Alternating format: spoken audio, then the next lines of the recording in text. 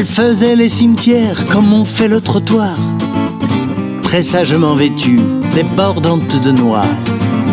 Quand le flot lacrymal coulait à profusion sur la tombe d'un défunt emprunté d'occasion, elle se jetait salope sur cette pierre tombale, hurlant son désespoir pour attirer le mal, qui ne tardait jamais à pointer son menton vers cette tendre veuve au chagrin si profond.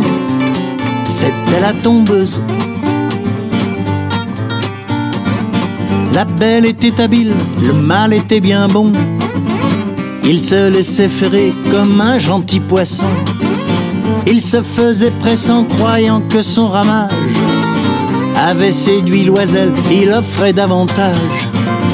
Il consolait la veuve avec empressement. Elle lui offrait son cœur puis son cul dans le mouvement. Elle vivait quelque temps à l'abri du besoin. Le bonhomme, comme on dit, pétait dans le satin. C'était la tombeuse. Quand le pigeon peinait à remplir son office, la belle se fermait de tous ses orifices. Il n'avait plus d'argent, c'est pour le moins fâcheux quand un homme est soudain abandonné des dieux.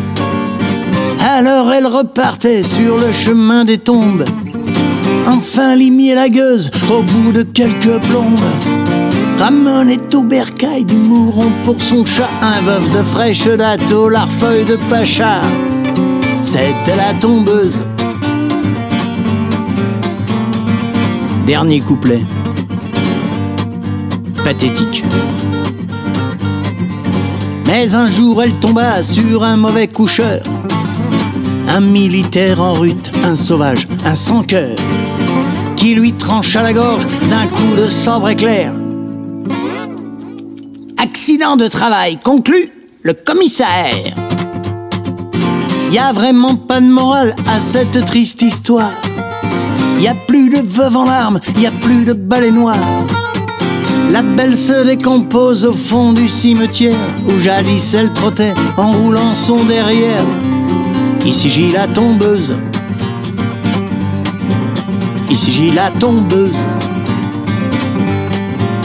Ici gît la tombeuse.